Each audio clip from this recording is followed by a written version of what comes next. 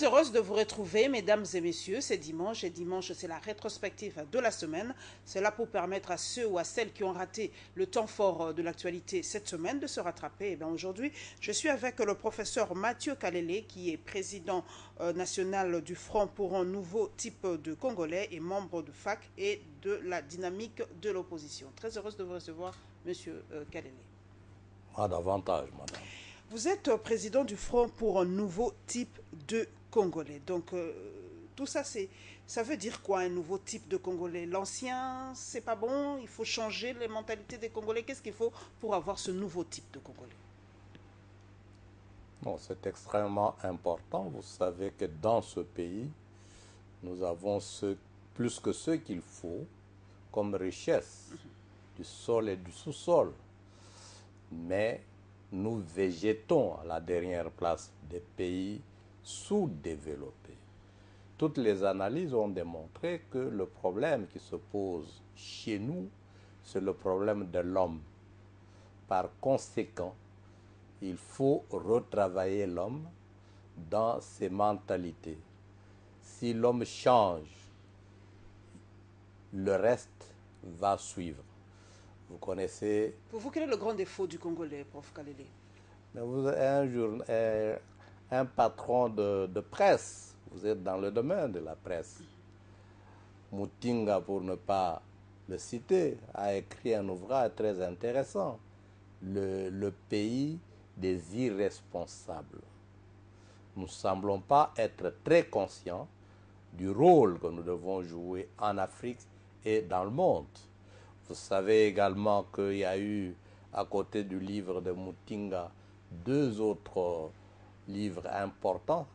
Le premier, c'est une thèse de doctorat d'un Libanais qui a vécu ici avec ses parents et qui a présenté une thèse en psychologie à l'université de Beyrouth. La thèse est intitulée le Zaïrois, sa personnalité de base. Ça signifie quoi? Il s'étonne que là où les gens réagissent, protestent contre les injustices, le Congolais se montre extrêmement apathique, étonnamment apathique. La deuxième réflexion, c'est une boutade que Dieu, après avoir créé le monde, a entrepris un jour de faire une tournée d'inspection. Quand il arrive au Congo, les anges lui font remarquer « Seigneur, ici tu as trop donné ». Et il a répliqué « C'est vrai que j'ai trop donné, mais on ne savait pas quel type d'homme je vais y mettre ». C'est des reproches qu'on nous fait depuis la colonisation. Si vous reconsultez Donc vous nous les dites rapports carrément politiques, que le Congolais, professeur, les Congolais sont apathiques, qui ne réagissent pas. Qu'est-ce que vous voulez? Que doit-on faire? Comment doit-on réagir? Doit-on sortir dans la rue? Doit-on manifester? Doit-on revendiquer? Mais les Congolais les font quand même. Nous revendiquons, nous réagissons. Qu'est-ce que vous voulez qu'on fasse pratiquement? Si les autorités, par exemple, ne nous écoutent pas, n'écoutent pas son propre peuple, qu'est-ce que vous voulez que les Congolais fassent? On ne va quand même pas jouer au kamikaze, professeur Kalele. je le dis, reconsulter tous les rapports politiques des services belges, français, britanniques. Nous étions déjà à l'époque coloniale appelés l'Empire du silence. Et quand nous revendiquons l'indépendance, c'est longtemps après les gens de colonies britanniques et de colonies françaises. Vous savez quel gâchis nous avons fait de notre indépendance. Je crois qu'à travers le monde entier, l'histoire nous l'apprend, que quand les gens sont brimés, malgré les répressions, ils finissent à un moment donné par réagir. Réagir pas une fois, plusieurs fois, réagir jusqu'à obtenir gain de cause. Tel malheureusement n'est pas notre cas. Nous nous fatiguons vite.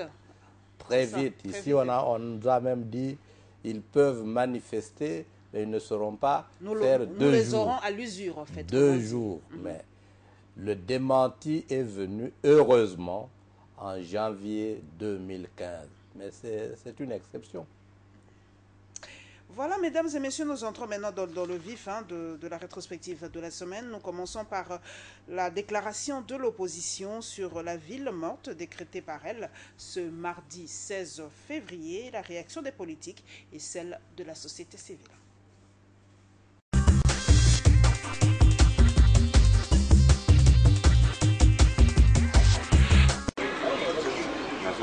Quand le Front anti-dialogue s'unit pour une activité commune, ça donne cette déclaration.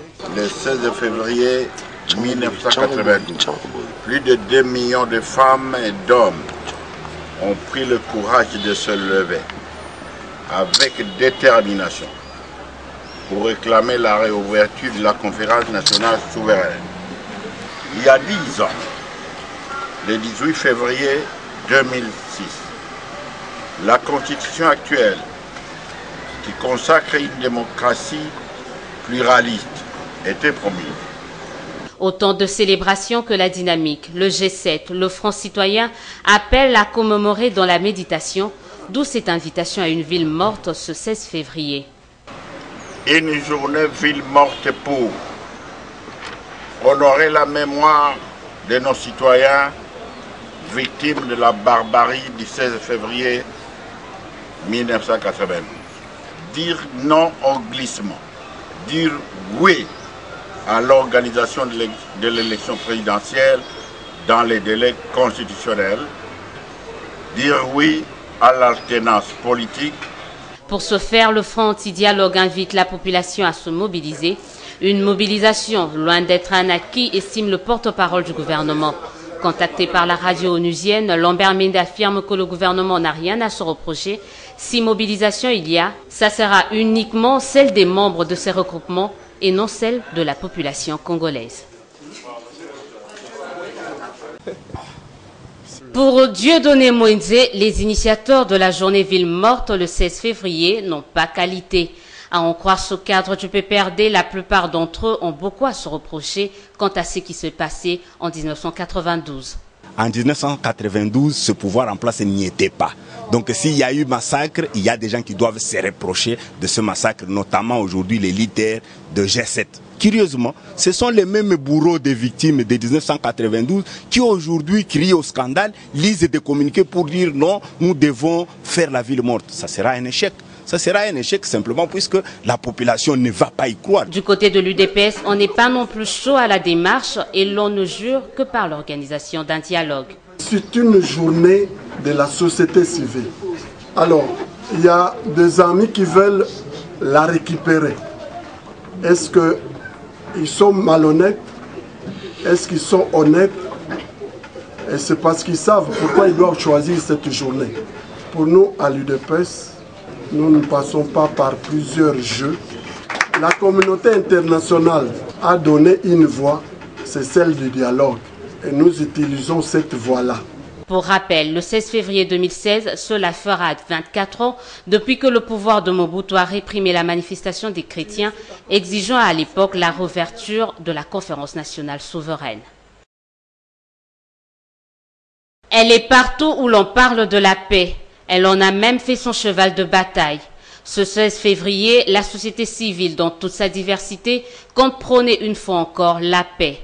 Sous le leadership de sa porte-parole, Kati Kalanga, au regard du caractère commémoratif de cette date, mais également des enjeux, surtout politiques, de leur au pays, ces structures n'ont pas croisé les bras. La société civile voudrait à cette occasion lancer un appel auprès des acteurs politiques, tant de la majorité que de l'opposition, aussi les acteurs de la société civile, pour la messe qui sera organisée le 16 février 2016 à 17 h à l'église Sacré-Cœur pour la paix et pour la réussite du processus électoral et pour rendre hommage à nos frères et sœurs tombés lors de la marche du 16 février.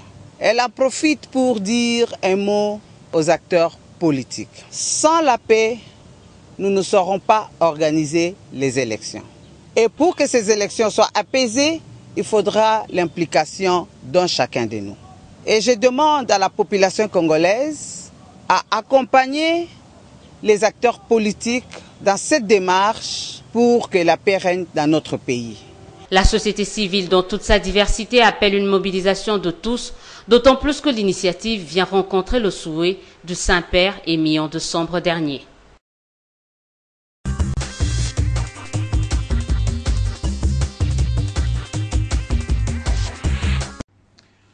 Professeur Kalele, vous êtes membre de la dynamique de l'opposition, vous avez suivi les réactions de quelques politiques. La toute première question est directe, est-ce que ce n'est pas un tout petit peu de la triche aussi? Est-ce que ce n'est pas de la récupération politique que vous faites de cette date du 16 février? Non, madame. Vous savez que chaque année, au mois de janvier, nous commémorons la journée du 4 janvier. La fête des martyrs de l'indépendance. Vous savez que chaque année, le 16 et le 17, nous commémorons l'assassinat aussi bien de Lumumba que de Mzee Laurent Désiré Kabila. C'est des fêtes officielles nationales. Il y a des citoyens congolais qui ont versé de leur sang pour que nous ayons l'indépendance, qui ont versé de leur sang pour que nous luttions contre le néocolonialisme. Ces journées-là, tout à fait officielles, devenues fériées sur le plan national et payées, ne sont pas différentes de la journée du 16 février. Le 16 février, nous sommes en pleine conférence nationale pour réclamer l'instauration de la démocratie. Cette conférence est fermée de la manière que nous savons tous et des Congolais tombent pour obtenir la réouverture. Vous avez suivi Dieu de il a bien dit que ceux qui aujourd'hui crient à corps et à cri pour la ville morte, pour suggérer cette ville morte, étaient les bourreaux d'hier. Et ils sont d'ailleurs, comme il a dit ouvertement, aujourd'hui membres du G7. Donc, ils ne peuvent pas être en même temps jugés partis. Donc, c'est de la triche. Moi, je le dis ouvertement. Comment peuvent-ils aujourd'hui, ils n'ont même pas fait leur mea culpa, comment demander à cette même population que vous avez tuée, entre guillemets, aujourd'hui de les commémorer? Oui, c'est possible. Mais certains de ces gens-là, je les connais très bien. Ils étaient dans l'opposition à l'époque, dans l'opposition aux côtés de M. Tshisekedi. Vous pouvez nous dire un nom, s'il vous plaît, pratiquement. Mais M. Mwando. Mwando Ntimba était de l'opposition en 91, 92. Il a fait partie du gouvernement Tshisekedi avec moi. Il a quitté Mobutu à l'époque. Il est allé à l'Uféry. C'est connu, c'est l'histoire. Soit, Monsieur Lumbi. Pierre Lumbi, c'est le premier ministre des Affaires étrangères de M. Tshisekedi. Il venait de la société civile et il était étiqueté comme l'un des radicaux dans l'opposition. Bon, je voulais dire que les gens peuvent commettre des bourdes, de gaffes. Il y en a qui se reconvertissent. Vous connaissez bien l'histoire de Saül, qui est devenu plus tard le grand Saint Paul. On dit l'erreur est humaine, c'est persévérer dans l'erreur qui est diabolique. Est-ce qu'on va reprocher à quelqu'un de reconnaître sa faute, de se repentir, de prendre une nouvelle voie? Et on vous reproche aussi de fois que l'opposition devient aujourd'hui cette blanchisserie, entre guillemets, qui permet aux gens qui ont commis des erreurs, quand ils sentent que le vent veut tourner, ils sautent dans l'autre camp pour se laver un tout petit peu et revenir plus tard. Non, nous, on ne va pas les chercher. Quand quelqu'un dit « j'ai vu de l'autre côté, je suis déçu, je tourne kazakh », on dit « bienvenue », mais on n'est pas naïf jusqu'à l'embrasser les yeux fermés, on s'observe. Donc, vous observez en chien de faïence, l'opposition est plus rien, comme on l'a si bien dit, vous avez vu la position de l'UDPS. L'UDPS est l'aîné de l'opposition, mais ne participe pas avec vous presque dans le même combat. Il est contre cette journée Villemont. Il dit que c'est une affaire de la société civile. Donc, vous regardez en chien de faïence. Mais l'alternance est grave en RDC, on ne l'aura jamais, prof Kalele. Madame, en cette année-là, nous, on n'était pas dans la société civile. On était toujours dans la politique. Soit. Mais qu'est-ce qu'on reproche à ceux qui veulent commémorer cette journée? Je dis très bien, il y a des Congolais qui ont versé de leur sang pour la démocratie. On veut se souvenir d'eux pour qu'ils servent d'exemple aux jeunes générations. Katika a proposé une messe à la cathédrale Notre-Dame, je crois, je ne sais pas si c'est Notre-Dame ou à Sainte-Anne à la Gombe, si ma mémoire est bonne, et vous prenez une ville morte. Vous voyez déjà comment les Congolais vivent du jour au jour, l'économie est chancelante et tout ça. Pourquoi ne pas rendre hommage d'une façon peut-être spirituelle dans une église et ne pas décréter cette ville? Parce que vous êtes sûr que ça, les Congolais vont vous obéir cette fois-ci. Les villes mortes, ça n'a pas commencé aujourd'hui. À un moment, on se lasse aussi. Deux choses, madame. L'État congolais est laïque. Tout le monde ne prie pas chez les catholiques. Donc il ne faut pas obliger les gens à aller prier chez les catholiques, chez les protestants ou ailleurs. Deux, l'UDPS dont vous parlez n'a pas participé aux journées de janvier 2015, mais ça a été une réussite. L'UDPS n'est pas venu en Djili, ni en août 2015, ni en août 2014, ni en septembre 2015. Ça a été aussi une réussite. Laissez chacun faire ce qu'il entend faire en mémoire des martyrs. Vous êtes sûr de la réussite de cette ville morte le mardi 16 février? Je n'ai aucun élément qui me permette de croire que les Congolais, conscients de l'importance de la lutte, ne peuvent pas venir. On nous dit souvent, ils vivent au jour le jour. Mais qui les fait vivre au jour le jour dans ce pays? Quel est le Libanais? Quel est l'Indo-Pakistanais? Quel est le blanc qui vit au jour le jour? Vous voyez quel blanc pauvre ici, qui se dispute l'entrée dans les Transco, dans les Maléwa. Tous les étrangers dans ce pays roulent sur l'or. Mais vous voyez tout ça, vous fermez les yeux, vous me dites, bon, moi, je dois manger les matembele difficilement, donc je continue, je ne lutte pas pour être un jour heureux. Ça m'étonnerait. Nous poursuivons, mesdames et messieurs, dossier dialogue, Forum Semco et la conférence de presse du MVD par rapport à ces sujets brûlants de l'heure.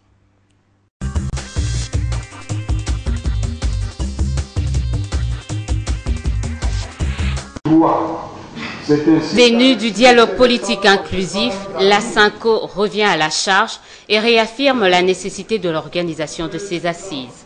Pour les évêques de la Semco, le dialogue est une voie royale et pacifique de sortie des crises. Donc il faut reconnaître que la crise est là. Même si c'est une crise fabriquée, elle est là. Pour les princes de l'Église, cette position ne date pas d'aujourd'hui. Elle a été reconfortée par le récent appel du Saint-Père.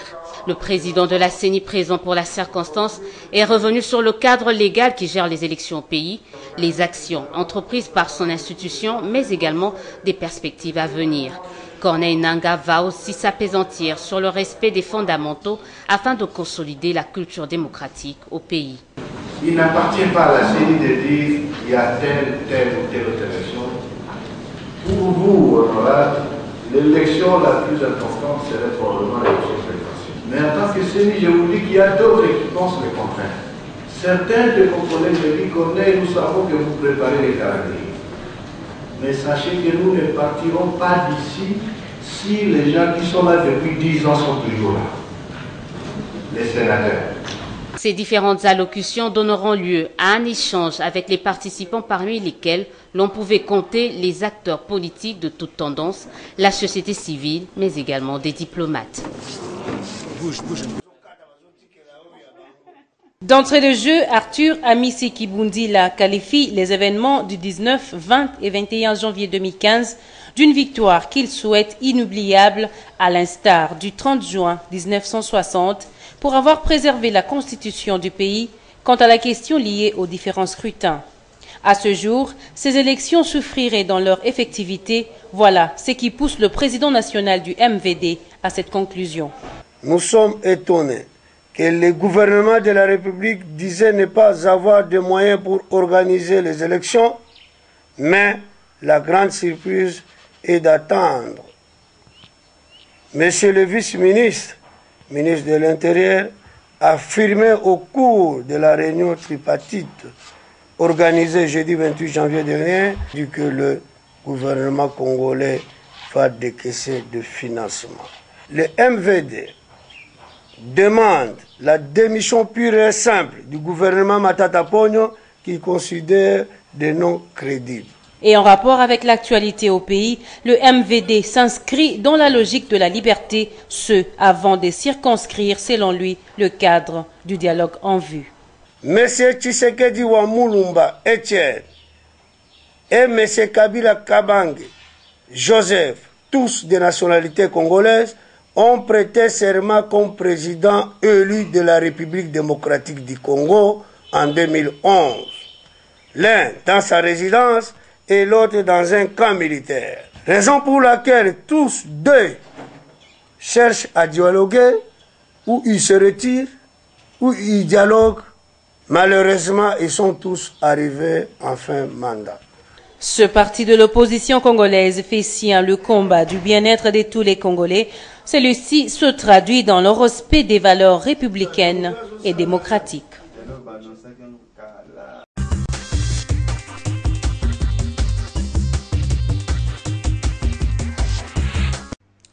Professeur Mathieu Kalili, est-ce que la crise congolaise est-elle réelle? J'ai entendu un mot avec lequel je suis d'accord là-bas, c'est du secrétaire général de la CENCO. C'est une crise créée de toutes pièces, planifiée, artificielle.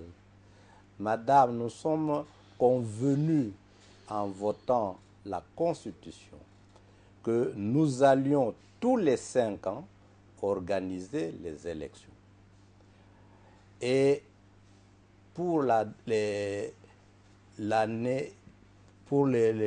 5 dernières années, nous savons tous que depuis 2012, le Parlement votait chaque année un budget en faveur de la CENI afin qu'elle prépare les élections. La CENI a fait une publication officielle, un document de plus de 120 pages. De ce qui lui était destiné, il n'a reçu au total que 17%. Donc une bonne partie de cet argent a été engloutie à la présidence de la République et à la primature. C'est la CENI qui parle. Donc il y a eu de l'argent pour préparer les élections, on ne s'y est pas mis. Vous savez également que les élections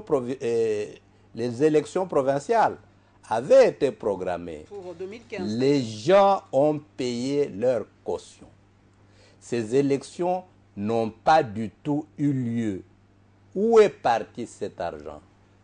Donc, tout a été fait depuis la publication du livre du professeur Bochab, du livre de Kambila, depuis les déclarations de Claude Machala, depuis la sortie de l'ONIP, tout a été fait pour retarder l'organisation des élections. Alors, mettez-vous autour d'une table, professeur Mathieu Kalele, pour parler de tout ça, puisque je sais déjà que vous êtes contre ce dialogue, mais où est-ce que vous allez en parler?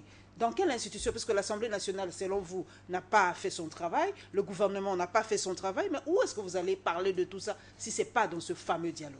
Non, madame, le dialogue ne vise pas à parler de ces histoires-là. Officiellement, et pour les gens distraits, c'est ça l'objectif officiel. Mais l'objectif réel du dialogue, c'est d'obtenir un consensus des Congolais autour d'un troisième mandat de M. Kabila.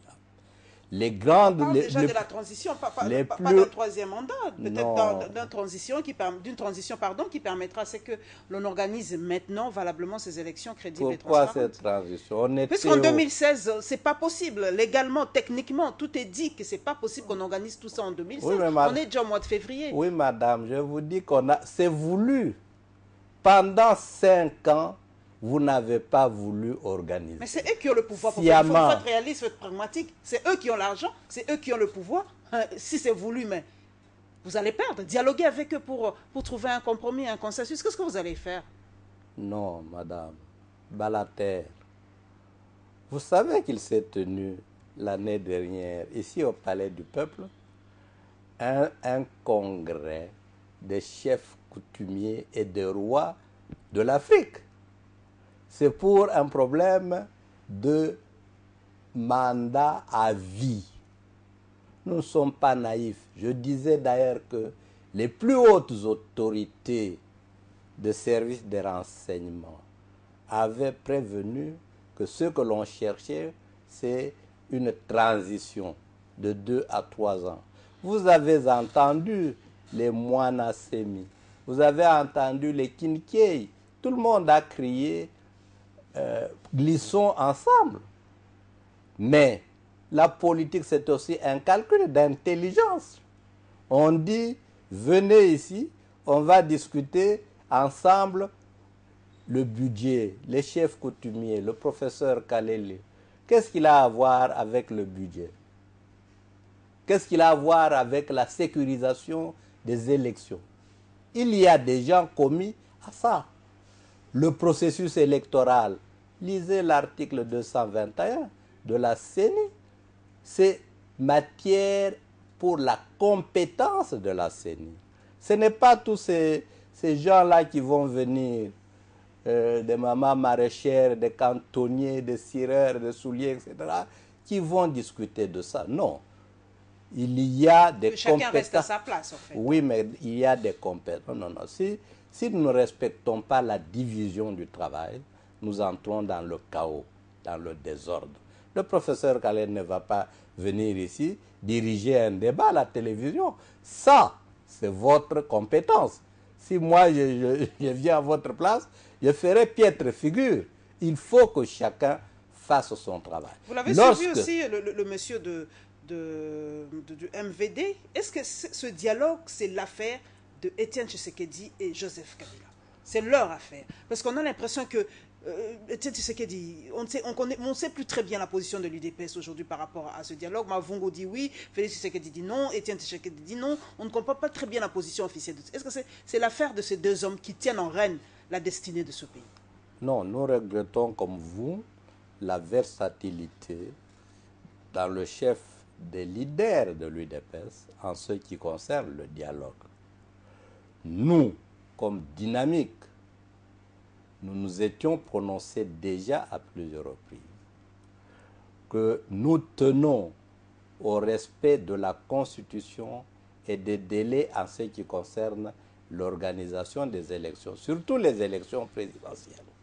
Toute démarche tendant à violer cette Constitution, toute démarche tendant à accorder un troisième mandat à ceux qui sont là maintenant, toute démarche tendant à prolonger même d'une demi-heure le mandat de ceux qui sont là, ne nous engage pas et nous n'y prenons pas part. Vous acharnez un peu trop contre la personne du chef de l'État. Pourtant, il y a le Sénat qui a glissé plus de 2 mandats en tout cas pépère, le Sénat est là, les gouverneurs, les assemblées provinciales n'ont fait plus de mandats. Pourquoi vous vous acharnez seulement à la personne du chef de l'État? Non, mais c'est la personne clé.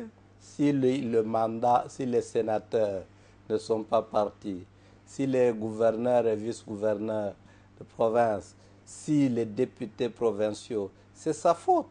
C'est lui qui devait prendre la décision de faire organiser les élections à ce niveau-là. C'est lui qui engage le pays à l'intérieur et à l'extérieur.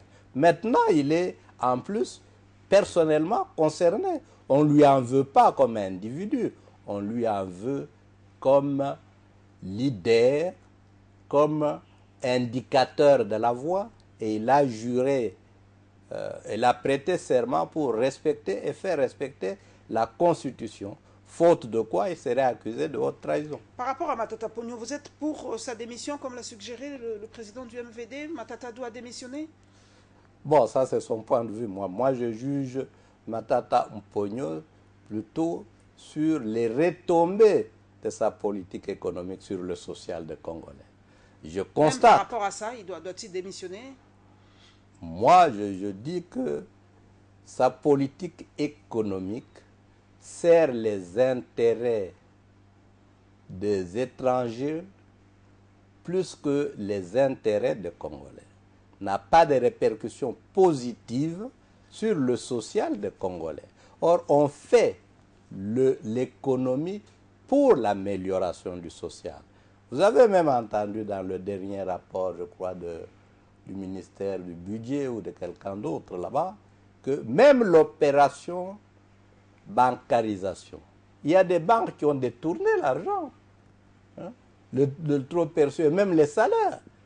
Mais qui profite de ce cadre macroéconomique? Beaucoup de Congolais l'ont déjà décrié. Macroéconomie, c'est bien, mais quelles sont les retombées sur le social?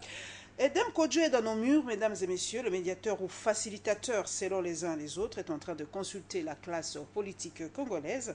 Plus de détails dans ce chapitre.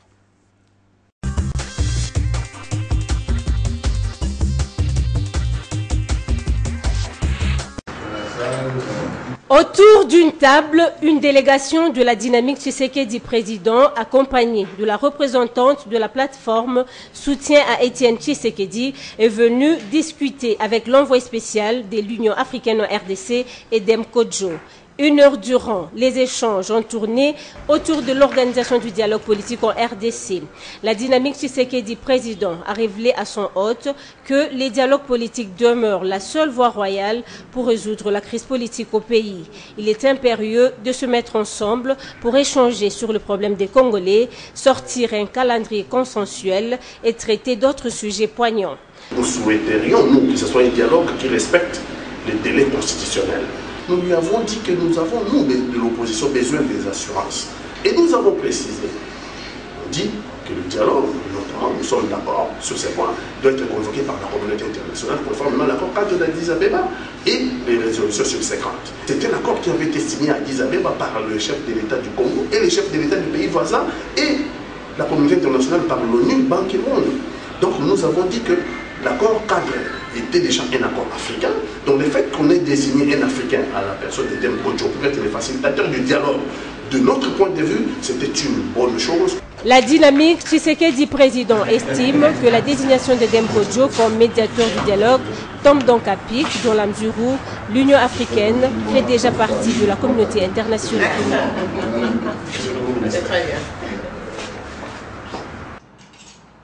Edem Kodjo de nouveau à l'écoute. Cette fois-ci, le facilitateur envoyé par l'Union africaine en vue du dialogue politique inclusif RD congolais est allé au-delà des politiques et va échanger avec les forces vives du pays. La société civile, dans toute sa diversité, fait partie des privilégiés. Occasion pour ce regroupement de rappeler et réaffirmer ses convictions, lesquelles se résument à la préservation de la paix à tout prix. Nous ne voulons pas la guerre. Nous ne voulons pas que nous puissions tomber dans le chaos. Le peuple congolais dit un seul mot. La paix et rien que la paix. Et pour que cette paix puisse régner dans notre pays, il faudra que les acteurs politiques se mettent autour d'une table pour qu'on trouve un consensus autour du processus électoral afin d'organiser les élections apaisées. Avec l'émissaire d'Nkozasana de Lamidi Zouma, la société civile dans toute sa diversité va également revenir sur les aspects techniques mettant à mal le respect du délai constitutionnel dans l'organisation des différents scrutins. On doit trouver une solution à la problématique du fichier électoral et lever l'option qui conviendrait pour faire l'enrôlement global. Et nous avons fait voir aussi les défis financiers. Il faut qu'on puisse réunir aussi les moyens financiers. Et tout ensemble, étant donné que nous sommes à quelques mois de l'organisation des élections, que nous voulons organiser dans le délai constitutionnel, mais techniquement nous nous trouvons dans les possibilités de faire face à cela. Pour rappel, il s'agit de la deuxième étape des consultations entamées depuis bientôt un mois par Idem Kodjo.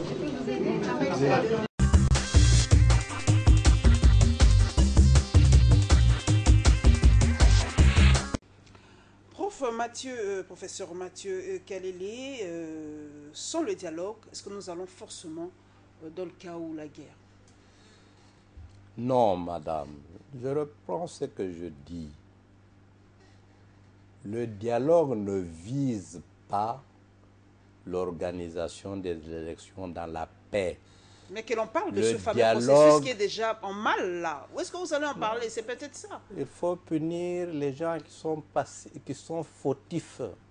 Et qui est fautif? Les lois qui sont fautifs selon vous? Ceux qui n'ont pas voulu organiser les élections dans le délai. Ceux qui ont détourné les fonds destinés à la CENI doivent répondre de leurs actes. Sinon, nous entrons dans le royaume de l'impunité. Vous êtes placé quelque part, vous ne faites pas correctement votre travail. Et vous nous appelez pour dire, venez cautionner ma mauvaise façon de travailler. Non, ce n'est pas logique. On veut s'éterniser au pouvoir. Nous avons vu ce que les dialogues ont donné. Mais si cela peut ne pas permettre ce chaos-là, si ce dialogue peut permettre à ce que l'on parle franchement de tout ça. Vous voulez vraiment que l'on tombe encore dans la guerre civile? Non, écoutez. Ou c'est une peur, ou c'est une psychose qu'on veut transmettre à la population que sans le dialogue, c'est le chaos? Non, moi, je suis très faible en poésie. Très faible. Si je dis que Madame Kimoutou est une bonne journaliste, ça ne vous flatte pas du tout. C'est objectif. Vous croyez, madame, que tous les débats que nous organisons sur les dialogues ici, Joseph Kabila ne les suit pas? Que ses services ne lui font pas des rapports? Qu'il n'est pas au courant de nos positions respectives? Non. Ce serait trop naïf. Ce serait faire injure à des Congolais. Il s'est tenu des dialogues dans tous les pays voisins. L'objectif a été le même, rester au pouvoir. Il s'est tenu dans ce pays, madame, les concertations nationales. On nous a dit la même chose. Venez, on va s'entendre, c'est un gouvernement de large union nationale. Qui est sorti le plus perdant? C'est l'opposition, et particulièrement le MLC, qui a vu ces gens débaucher. On lui a même fait croire, si vous venez au dialogue, le gouvernement congolais va s'impliquer dans l'affaire de Jean-Pierre Bemba. Mais quand Jean-Pierre Bemba, profitant d'une liberté provisoire, demande de revenir dans son pays, le premier pays à refuser, c'est le Congo. On lui a dit qu'on allait alléger, mais à l'issue du dialogue, après le dialogue, les babas ont été arrêtés, pris comme des malfrats, la nuit, par le gouvernement congolais, avec des policiers cagoulés. Et puis, on a débauché les gens de Jean-Pierre Bemba. On a affaibli le MLC davantage. Pratiquement, c'est vrai que vous aimez la poésie, professeur. Non, je n'aime pas la poésie. Vous êtes... Mais ce sera quand même une belle chose d'aimer la poésie, c'est bien. Mais soyons pragmatiques, professeur Kalele.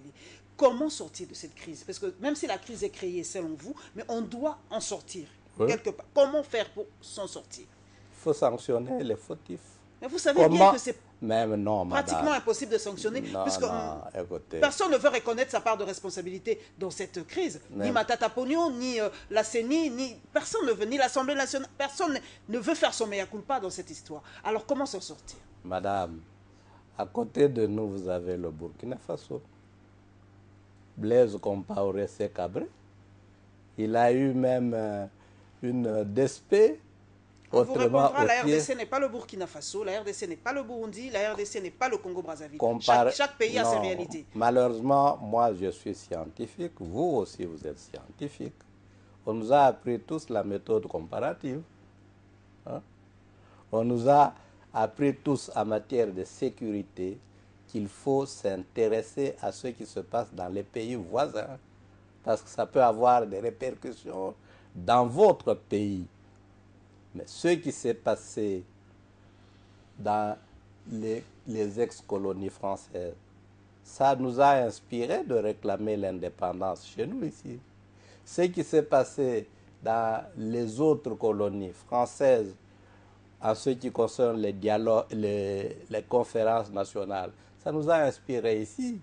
La révolution de la jeunesse chinoise en 1966, ça a eu des répercussions en France, mai 68. Ça a eu des répercussions au Congo ici, juin 69. On a arrêté les étudiants à l'époque. Oui, j'étais du nombre. J'étais du nombre. Donc, on ne peut pas dire, on reste indifférent à ce qui se passait ailleurs. D'autant plus que nous avions envoyé des émissaires pour voir comment ce processus-là allait réussir. Donc, le 3e mandat. On a été Parlons des mandats aussi, professeur Khalil, vous êtes scientifique, vous l'avez dit, mais on se rend compte que les chefs d'État africains se cabrent de fois quand ils sont en fin mandat. Alors ne doit-on pas élargir peut-être le temps des mandats? Peut-être qu'ils se rendent compte que 10 ans, on dit 10, mais quand ils arrivent à 8, 9, ils se rendent compte que c'est trop peu. Donnons-leur 20 ans, donnons-leur 30 ans, nous serons en paix, nous serons calmes, ils travailleront calmement. Nous ne sommes pas obligés de suivre les 8 ans des Américains ou les 10 ans des Français. Malheureusement, c'est eux qui signent nos constitutions. On peut changer, la Constitution n'est pas la Bible. On peut dire que non, un président africain, pour qu'il soit bien son travail, laissons-les 30 ans. Nous le laissons 30 ans, toute une génération, pour qu'il travaille calmement. C'est une réalité africaine, non? Oui, non, ce n'est pas africain. Ce n'est pas africain, madame. Mobutu a fait 32 ans. Il a fait mieux. Houphouët-Boigny a fait plus que ça. Est-ce qu'il a fait mieux? Non. Lorsqu'on dit que ce sont des réalités africaines, moi, je dis non, on n'a pas suffisamment lu. Tout ce que nous vivons dans les pays d'Afrique, les latino-américains l'ont vécu.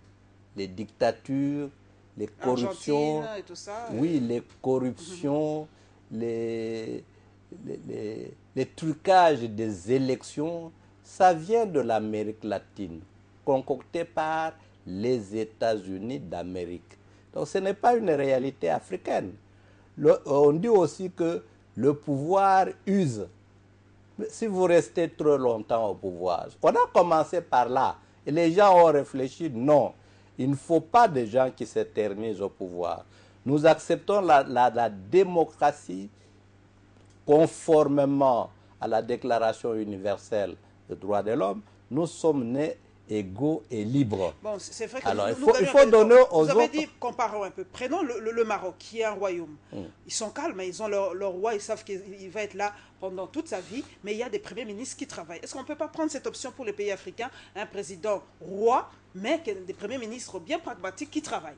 En attendant de prendre ça, ce qui serait d'ailleurs un recul, parce que tous les pays occidentaux ont commencé par des royaumes.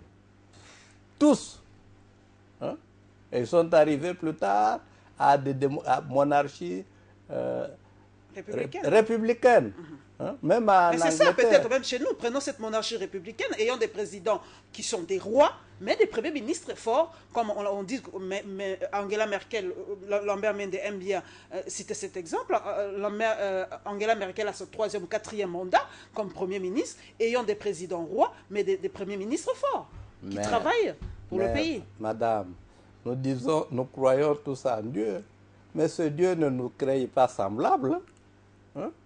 Il y a des gros, il y a des petits, il y a des noirs foncés, il y a des bronzés, Nous avons même des langues et des visages différents. Comment vous voulez uniformiser? Les constitutions, c'est nous qui les avons votées par rapport à l'expérience du passé. Et nous avons dit qu'il faut qu'il y ait une alternance. Et forçons-nous, dans les 4 années qu'on nous donne, ou dans les 7 années qu'on nous donne, de faire le maximum. Vous voulez qu'on donne 20 ans, mais le Sénégal est en train de réduire. Les pays comme la France ont réduit également. Les États-Unis ont 4 ans, mais dans 4 ans, le président fait le maximum de ce qu'il peut faire. Et s'il le fait bien, on lui ajoute un 2e mandat. Il ne peut pas aller au-delà.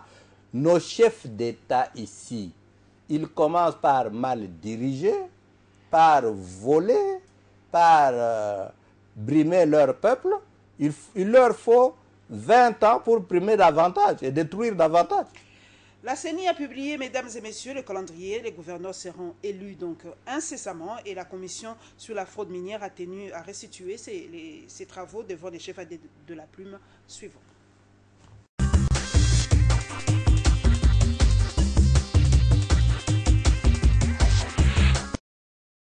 Bientôt la fin du règne des commissaires spéciaux à la tête de nouvelles provinces.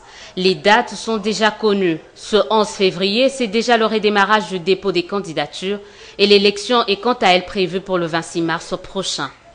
Pour le président de la CENI, les différentes contraintes levées, plus rien ne s'oppose à l'organisation de ce scrutin. Il s'agit notamment de la décision de la Cour constitutionnelle déclarant conforme les règlements d'ordre intérieur des assemblées provinciales et le décaissement par le gouvernement des fonds nécessaires. Si tout est réglé pour l'élection des gouverneurs et vice-gouverneurs des nouvelles provinces, tel n'est pas le cas avec d'autres scrutins dans l'attente d'un calendrier. Du respect de délai constitutionnel, Corneille Nangaa brandit la nécessité de la révision du fichier électoral, considéré comme un préalable à l'organisation des élections au pays.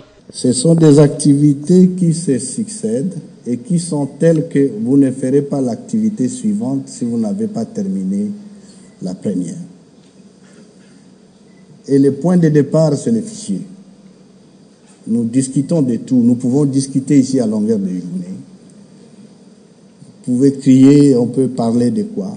Mais tant qu'on n'aura pas traité cette question des fichiers, nous n'allons pas arriver au jour des scrutins. Et c'est la raison pour laquelle la priorité pour la CENI, c'est commencer ce chemin. En attendant, la machine CENI n'entend pas croiser les bras. Un appel d'offres international a été lancé en vue de l'achat des kits électoraux. La centrale électorale, par le biais de son président, a même présenté officiellement le spécimen de ce que seront les nouvelles cartes d'électeurs. Que cette carte sera valable pour tous les scrutins. Ça devient impératif de lutter contre la fraude minière car cela fait perdre énormément d'argent à l'État. Selon Pascal Nyembo, le gouvernement congolais en a décidé ainsi.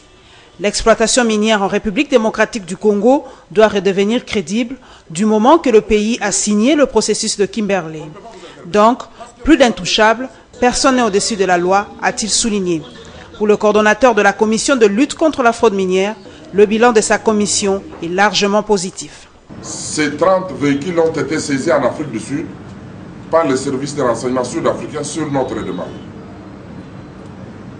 Et ce n'est pas la première fois. Vous êtes sans ignorer aussi que nous avons déjà réussi à faire venir dans notre pays plus de 80 tonnes de castérite qui étaient entrées frauduleusement au Rwanda.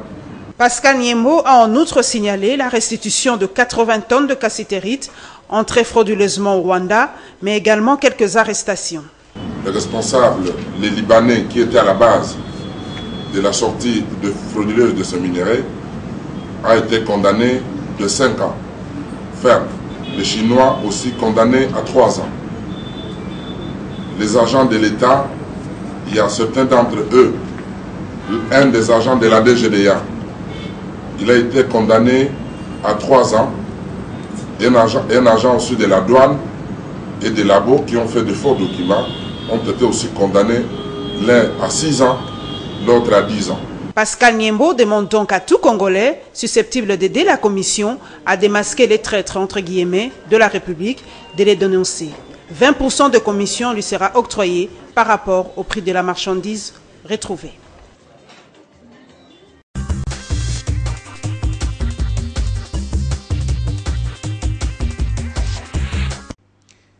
Professeur Mathieu Kalele, le président de la CENI, a publié le calendrier. C'est surtout par rapport à l'élection des gouverneurs, des nouveaux gouverneurs. Êtes-vous satisfait cette fois-ci? Ça y est, il n'y aura plus de commissaires spéciaux. Hein? Laissez-moi sourire comme Kofi Tosekamouke. Madame, les élections de gouverneurs et vice-gouverneurs, c'est des élections au second degré.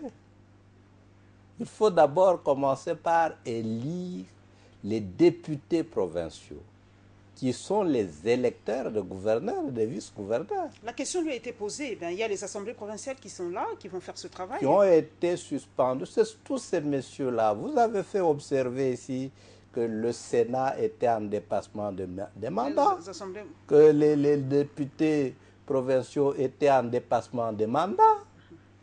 Mais on va d'irrégularité en irrégularité. Lorsqu'ils ont nommé les commissaires spéciaux, on leur a dit que ce n'était pas la voie. Mais ces commissaires spéciaux ont fait combien de temps? Ils ont fait quel travail? Est-ce qu'on en a fait le bilan? À peine qu'ils venaient de trouver des chaises pour s'asseoir, on les remplace. Et puis on va aller avec les gouverneurs, le vice-gouverneur intérimaire. C'est prévu dans quelle constitution? Ce qu'on va élire tout à l'heure sera intérimaire? Oui, ce sont des intérimaires. Parce que si vous organisez les élections, le mandat d'un gouverneur, c'est 5 ans. C'est 5 ans. Vous vous plaignez de n'avoir pas suffisamment de moyens. Vous programmez de semi-élections qui sont budgétivores. Ça répond à quelle logique? Non, il faut corriger. Parce qu'on dit, l'erreur est humaine, mais persévérer dans l'erreur est diabolique. On a l'impression que pour l'opposition, tout ce que fait la CENI, vous refusez tout de son calendrier global qu'il avait proposé. C'était pas pour vous, c'était pas objectif. Il propose quelque chose, vous dites non. Le président de la CENI a dit la responsabilité, c'est vous les politiques. Quand il propose quelque chose, vous dites toujours non, non, non, non, non. Non, madame, s'il propose quelque chose de mauvais, nous sommes dans l'obligation de dire non. À l'allure où va ce monsieur-là, nous avons même des indices qui montrent qu'il risque d'être pire que Ngoï Mulunda et que Malou Malou. Nous n'allons pas applaudir parce que hier nous avons dit que Ngoï Mulunda a mal travaillé. Il travaille très mal. Il commence très mal. Quels sont ces indices? Ça, c'est notre pays. C'est peut-être aussi des procès d'intention. Est-ce que vous avez des indices palpables pour dire qu'il travaille mal? Lui qui propose déjà de nouvelles cartes d'électeurs, il travaille, il corrige, il rectifie le tir. Madame, rien que cette histoire de gouverneur là-bas, la procédure, elle est mauvaise. Nous avons vu comme dynamique M. Nanga. Nous avons demandé d'échanger avec lui sur le processus électoral. Lui donner, pas lui imposer. L'opposition congolaise a une seule voix, une seule position. Est-ce que vous allez... L'opposition est plurielle, chacun va avec sa position. Quelle est l'opposition? Il va écouter qui, le pauvre Nanga? Bas la terre. Il va écouter quelle opposition? Du calme, madame. Je vous connais calme. On lui a dit, nous avons des idées, nous vous faisons des propositions, à prendre ou à laisser. Mais écoutez-nous. Ce monsieur-là nous donne rendez-vous pour une rencontre à la CENI dynamique. Lorsque nous sommes là, il commence à appeler les gens qui ne sont pas membres de la dynamique. Et il l'a fait exprès. Il affichait même des calicots pour dire, des banderoles pour dire rencontre CENI opposition dans sa diversité. C'est malhonnête. Sous l'empire de Malou Malou, nous avions fait un tour de table avec la commission Malou Malou, parlant par vidéoconférence à parler de l'Afrique du Sud, et Pungwe. Nous avons échangé sur les propositions autour du calendrier électoral. lui a fait capoter la dernière rencontre parce qu'il a fait exprès le mélange de gens. Et il nous promet une rencontre le lendemain. On arrive le lendemain, il annule. Il dit la semaine prochaine. Nous sommes déjà au-delà d'un mois de promesses mensongères. Est-ce que nous, on ne voit pas tout ça? Hein? Maintenant, il nous propose des histoires hors normes. Ce qu'il dit, les cartes d'électeurs, l'enrôlement de nouveaux majeurs, etc. Il faut qu'on revoie, c'est vraiment le préalable sine qua non pour refaire les élections. Il faut revoir le fichier électoral. Oui, madame. Le problème de, par exemple, les nouveaux majeurs, c'est l'article 5 de la Constitution. La Constitution n'a pas été publiée en ce mois de janvier. Vous le savez très bien. L'enrôlement de la diaspora. Mais dans leur calendrier, ils avaient prévu un seul jour. Donc ça existait déjà. Les doublons, c'est un problème de la CENI, ce n'est pas un problème de tout le monde. La loi sur la CENI prévoit ce qu'il faut faire en cas de doublon. On annule cette affaire-là et on sanctionne. Ils ne l'ont pas fait. C'est eux qui savent qui a vendu les kits, qui a détruit le charroi automobile. Il est à la CENI depuis longtemps. Où sont allées les machines, etc. Ce qui est allé au Togo, comment on l'a récupéré avec le nom des Togolais là-dedans? Ceux qui fabriquent des cartes des cartes d'électeurs dans les pays voisins. On nous a même raconté qu'on a donné de l'argent à un Wewa. Il est revenu avec 50 cartes d'électeurs fabriquées au Rwanda. Ils le savent. Ils le savent très bien. C'est pour ça qu'on doit changer carrément de cartes d'électeurs. Oui. Le problème du fichier électoral s'est posé même déjà avant 2011. Il s'est reposé ici sous ma modération à la dynamique. C'est sous ma modération qu'on a reçu le général Sankara. Eux niaient la pertinence.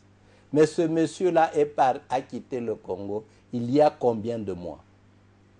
Tout ce que l'on fait ici, c'est des opérations pour retarder les élections. C'est fait vraiment exprès selon vous. C'est vraiment un manque de volonté politique pour qu'on organise des élections calmement en RDC. Oui.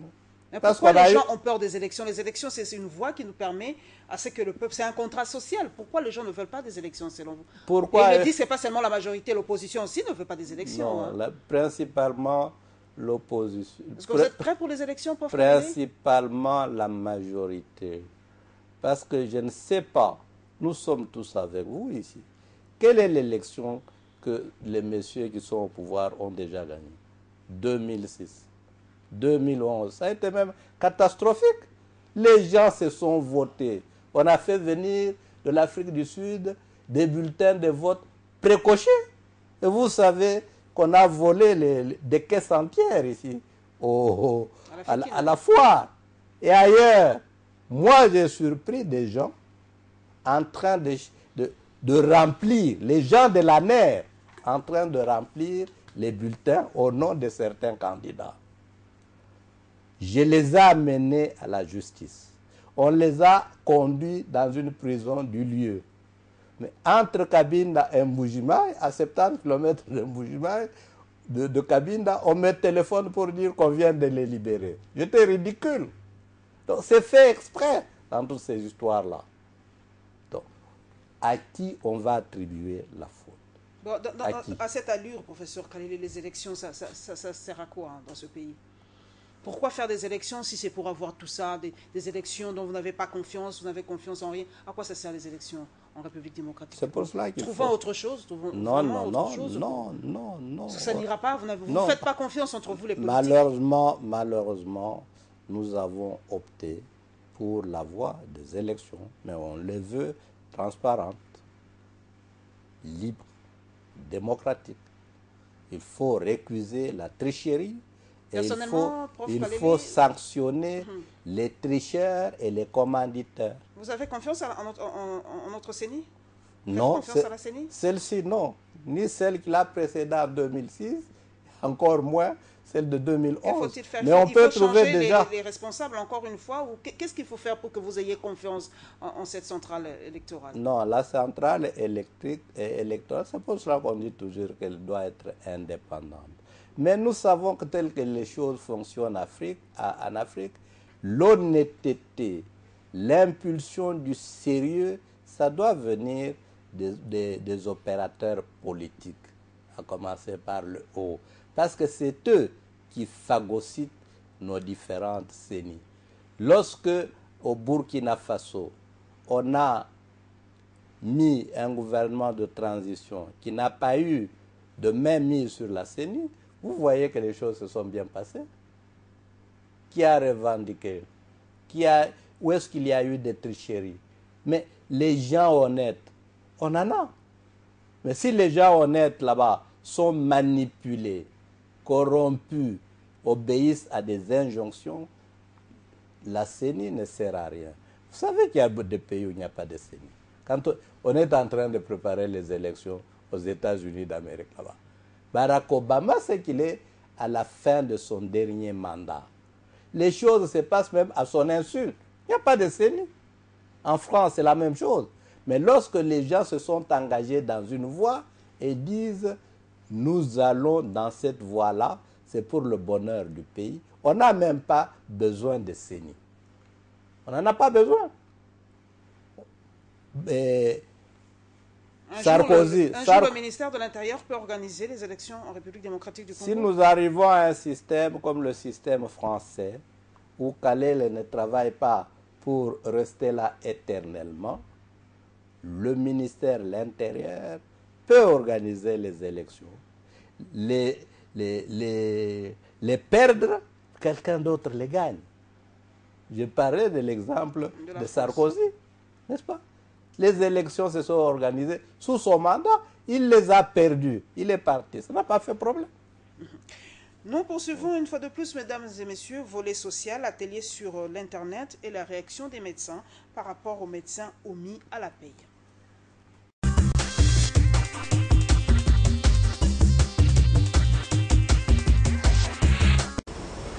Nous, membres de la société civile, composés de journalistes, juristes, opérateurs et experts du secteur numérique, réunis du 8 au 10 février 2016 dans la salle de conférence de l'INRB, dans la commune de la Gombe, à Kinshasa, et en atelier sous le thème « Agir pour un meilleur Internet et promotion des droits de l'homme en ligne », recommandons au gouvernement de la République démocratique du Congo de promouvoir l'universalité et l'égalité de tous les citoyens par l'accès de tous aux services d'Internet, et ce, en finalisant les travaux de la fibre optique afin de favoriser les droits et libertés fondamentaux en ligne, dont la liberté d'expression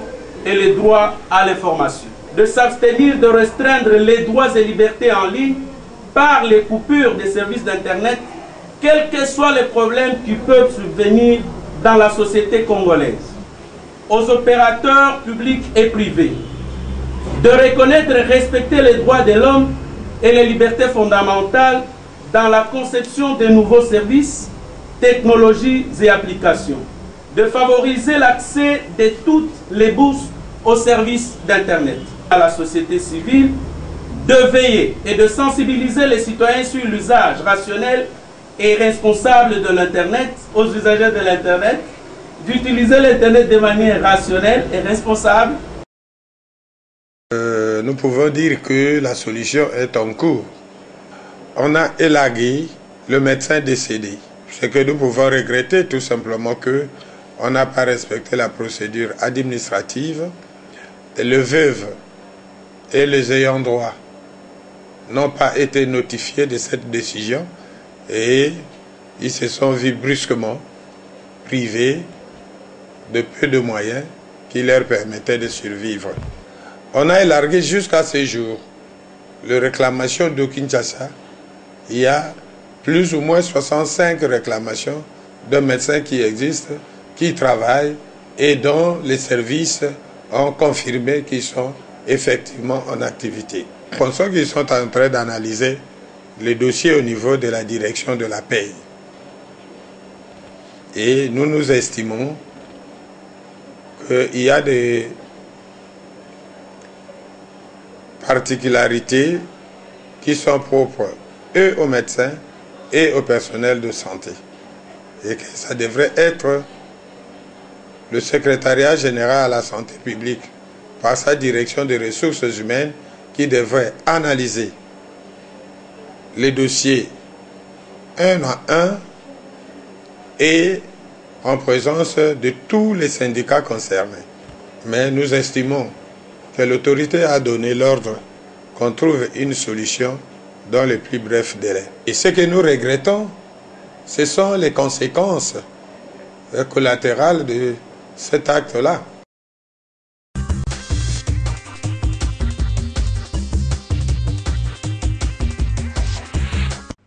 Professeur Mathieu Kalele, c'est vrai que déjà la population a un petit peu peur par rapport à la date de mardi 16 février.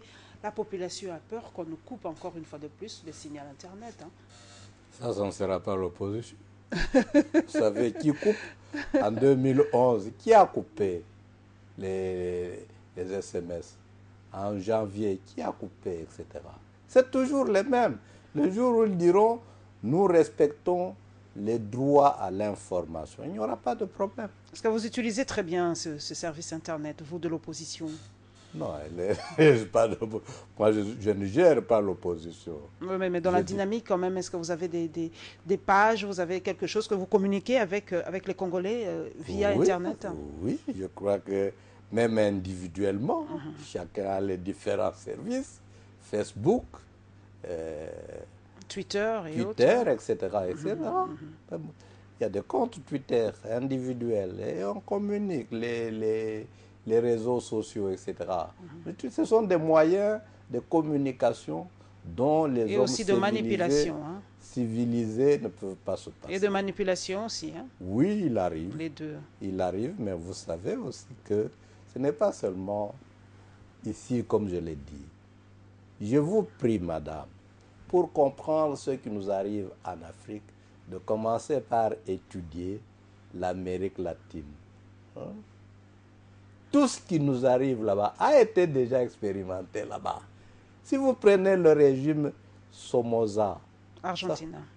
Non, Nicaragua. Nicaragua. Nicaragua. C'est de père en fils. Pendant 45 ans, ils ont fait la même chose. Vous prenez Stroher, c'est la même chose. Vous prenez le Shah d'Iran, c'est exactement la même chose. Vous prenez le Chili, vous prenez Haïti, exactement la même chose. Le modèle que nous reproduisons ici n'a rien d'africain, c'est des modèles universels, concoctés quelque part, qu'on applique ici. Donc, moi, je peux, partant... Haïti, c'était encore, à l'époque, c'était encore les fils Duvalier, voilà. Duvalier père, Duvalier fils, etc. Vous avez vu beaucoup d'Haïtiens quitter leur pays pour venir enseigner ici. C'est le même système. Et le départ de Martelly, comme nous y sommes, est-ce qu'on peut faire une petite comparaison avec l'RDC? Martelly a raison de quitter le pouvoir. Bon. Parce qu'il se s'est rendu compte que non, ça ne va pas. Le délai est là, et ben voilà, il part. Il part. Je crois que c'est bon. C'est comme le Brésil. Vous avez prêté serment, j'ai fait 2 ans, ça arrive, que vous ayez très bien travaillé, dites je pars. Il ne faut même pas aller plus loin. Avec Lula, le Brésil. Oui, mais vous avez l'Afrique du Sud ici. Mandela pouvait rester... Aussi longtemps qu'il le voulait. Pouvait rester même président dans son cercueil. N'avait pas de concurrent. Il a dit, j'ai accompli ma mission. Messieurs, je pars, je vais manger des crevettes au Mozambique. Mais il n'y a personne d'indispensable. D'ailleurs, si vous partez comme ça, vous voyez l'exemple de Mandela là-bas, ça devrait nous instruire. Il a tellement bien fait sa mission, il a rempli son mandat, son premier mandat, il est parti volontairement alors que les gens en avaient besoin. Le monde entier l'a pleuré. Le Sénégal aussi, il y a un président qui est parti volontairement. Senghor est parti volontairement aussi au Sénégal. Oui, si je me rappelle bien. Ça c'est un autre problème. On l'a fait partir volontairement. Ah, peut-être. Avec les Français, on ne sait jamais. Donc, par rapport aux médecins, à la paix, ça c'est un autre volet social aussi. Hein. Les médecins dans notre pays pleurent beaucoup. Non, madame, moi, ça c'est un cas tragique. Le service médical, c'est un service très sensible. Quand j'ai fait mes décomptes, il y a en moyenne 4 grèves de médecins par an. En moyenne. Pour des bêtes problèmes de paiement. Et les répercussions sur les malades, elles sont catastrophiques. Les gens travaillent, vous ne les payez pas. Vous êtes dans quel état? C'est un état esclavagiste. Entre-temps, vous nous annoncez par les services officiels qu'on a détourné 13 milliards, 1 milliard, etc. Donc, les gens qui travaillent ne sont pas payés. Ceux qui ne travaillent pas prennent leur salaire. Et aujourd'hui, vous nous annoncez, non, nous avons pris la décision de poursuivre en justice les détourneurs. Vous moquez de qui? Si ce sont les derniers mots du professeur Mathieu Kalele, président national du Front pour un nouveau type de Congolais. Merci à vous tous, mes followers sur les réseaux sociaux. Merci à vous aussi, mesdames et messieurs, pour votre fidélité à cette émission. Merci à toute l'équipe technique. Et restez branchés sur le programme de Congo Web Télévision. Et nous nous retrouverons, mesdames et messieurs, avec le même plaisir, sinon pas plus, le dimanche prochain. Inch'Allah.